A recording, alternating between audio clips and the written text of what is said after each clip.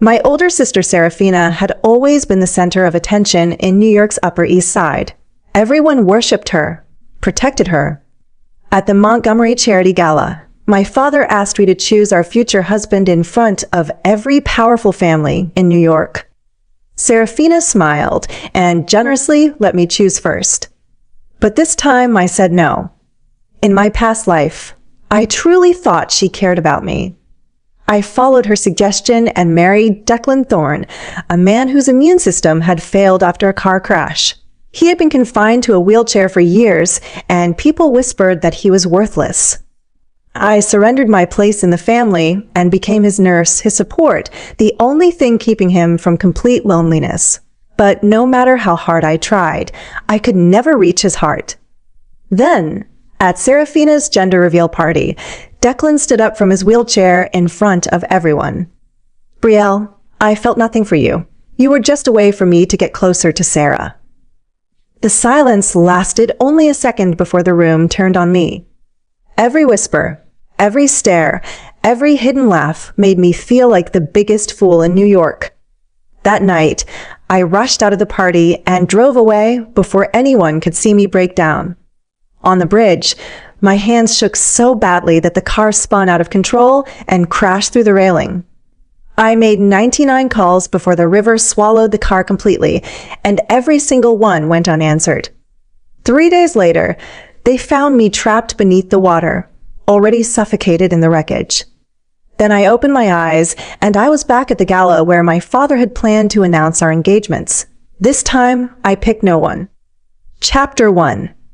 My older sister Serafina had always been the center of attention in New York's Upper East Side. Everyone worshipped her, protected her. At the Montgomery Charity Gala, my father asked me to choose our future husband in front of every powerful family in New York. Serafina smiled and generously let me choose first. But this time I said no. In my past life, I truly thought she cared about me. I followed her suggestion and married Declan Thorne, a man whose immune system had failed after a car crash. He had been confined to a wheelchair for years, and people whispered that he was worthless. I surrendered my place in the family and became his nurse, his support, the only thing keeping him from complete loneliness. But no matter how hard I tried, I could never reach his heart. Then, at Serafina's gender reveal party, Declan stood up from his wheelchair in front of everyone. "Brielle, I felt nothing for you. You were just a way for me to get closer to Sarah." The silence lasted only a second before the room turned on me. Every whisper, every stare, every hidden laugh made me feel like the biggest fool in New York. That night, I rushed out of the party and drove away before anyone could see me break down. On the bridge, my hands shook so badly that the car spun out of control and crashed through the railing. I made 99 calls before the river swallowed the car completely, and every single one went unanswered. 3 days later, they found me trapped beneath the water, already suffocated in the wreckage. Then I opened my eyes, and I was back at the gala where my father had planned to announce our engagements. This time, I picked no one. "Why do not you go first, Brielle?" Serafina put on a sickly sweet smile and played the part of the devoted older sister, just as she had in her last life. "You are always so delicate. You need someone strong behind you." She made sure to look around when she said delicate so that everyone caught her fake concern, but her eyes gave her away. She kept staring at Matteo Ashford, the heir to the Ashford fortune, with a longing she could not hide. People in high society had whispered for years that the two of them were sneaking around behind everyone's back. My father was never going to give Matteo to anyone but her. In my previous life, I picked Declan Thorne to keep her happy. I thought I was taking the high road. Instead, I walked straight into a nightmare. I still remembered how it felt at the end of that life. Declan had stood on a stage and told a room full of people that he had never loved me. I had stood in the crowd like a pathetic fool. After the party ended, Serafina came up to me with tears in her eyes and spoke in a voice soft as a whisper. "Do not be sad, little sister. He was only upset." Her tears caught the light and sparkled like cut glass. Right then, I finally understood what she really was. So when my father asked me which man I wanted, I smiled. Since Sarah is being so generous, I will take Mateo. What? The smile dropped off Serafina's face. Her eyes welled up instantly, and her voice shook. Brielle, you know how I feel about him. From his wheelchair, Declan jerked his head up. His fingers dug into the armrests until the skin over his knuckles went white. Then my father's hand came across my face, so hard that people nearby gasped. Someone started whispering. Someone else stared like they were watching a show. Mateo comes from the Ashford family, my father said, keeping his voice low but making sure each word cut. Do you honestly think someone like you deserves him? You know he wants your sister, and still you reach for her M-A-N. D-O, you want to destroy this family? Blood ran from the corner of my mouth, warm and tasting like metal, but I did not touch my face. I did not move back. I just looked him in the eye and smiled. You already made up your mind for everyone. So, who exactly is this let me choose performance for? The reporters? Or the people you do business with? Serafina blinked fast. She stepped closer, grabbed my father's arm, and let her voice break at just the right moment. Brielle, do not speak to Dad that way. He only worries about you. He is scared that no one will ever marry you. Her voice carried just enough for the nearby tables to hear. Someone nodded along. Someone let out a sigh. Someone mumbled that the older daughter was so kind and thoughtful. I watched her put on her little show and did not waste my breath calling her out. While the rest of us argued, Declan pushed off the armrests and rose from his wheelchair. The whole room went quiet. This was the man who had spent 3 years in that chair, the man everyone said would never leave it. Now he stood in front of everyone without a single shake in his legs. Mr. Montgomery, he said, sounding as steady as someone who had never been sick a day in his life, let me make you a business offer that I know your Florida real estate project is sinking. I will cover the loss. All I ask in return is Sarah. People started murmuring again. Someone let out a sharp breath. Someone else started counting in their head how much money that really was. I kept my eyes on Declan, unable to believe what I was seeing. The man who had pretended to be broken for so long chose this exact moment to stand up, not to help me. Not because it was the right thing to do that Tio take my sister away from me. He noticed me staring. For a single second, guilt passed through his eyes. Then he looked away, exactly like he had done in the life before. My heart stopped for a beat. He had come back too. So even after he stood in front of a crowd and humiliated me in my past life, he was ready to do the same thing all over again. The second my father heard, cover the loss, his anger dried up. His eyes took on a look I recognized immediately. Greed, calculation. He had spent years trying to marry his daughters into powerful families.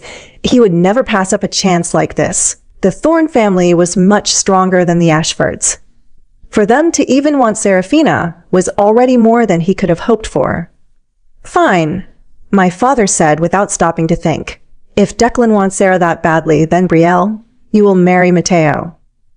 Mateo shot to his feet, his chair scraping hard against the floor. You think I would ever marry you? His voice cut through the room, loud enough for everyone to hear. You are nothing. The only reason anyone even lets you breathe the same air as us is because Sarah is too kind to throw you out. Stay in your lane, you pathetic bastard. Do not ever embarrass this family by pretending you belong here. Chapter 2. The look on my father's face went from bad to worse. What exactly are you trying to say, Mateo? He kept his voice low. Our families have known each other for years. So my daughter is not good enough for you. Mateo fixed his cufflinks. Mr. Montgomery, I do not want your younger daughter. Not at all.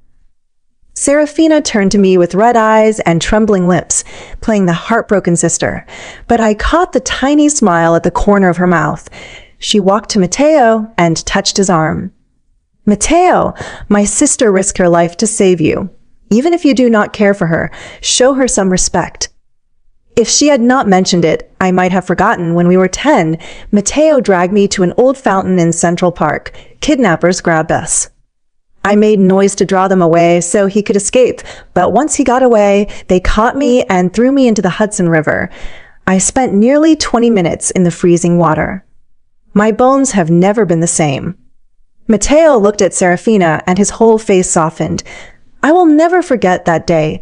If you had not noticed we were missing, I would have died. Sarah, you saved me. Then he turned and glared at me. If you had not used I saved you to control me all these years, I would have married Sarah long ago. A satisfied smile flashed across Serafina's face before she pressed against Mateo's chest. I let my voice turn cold. Since my dear sister loves Mateo but cannot let go of Declan, why not marry both of them? Serafina's face turned red. If they both married me, who would even want you? What if I do not want either of them? I stood up slowly. Both men looked at me. I avoided Declan's gaze. I did not want anything to do with someone who had let me die. My father squeezed his glass.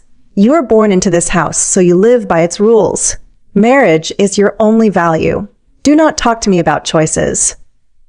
I did not back down. The Miami project has been losing money for 3 months. I will go there and fix it.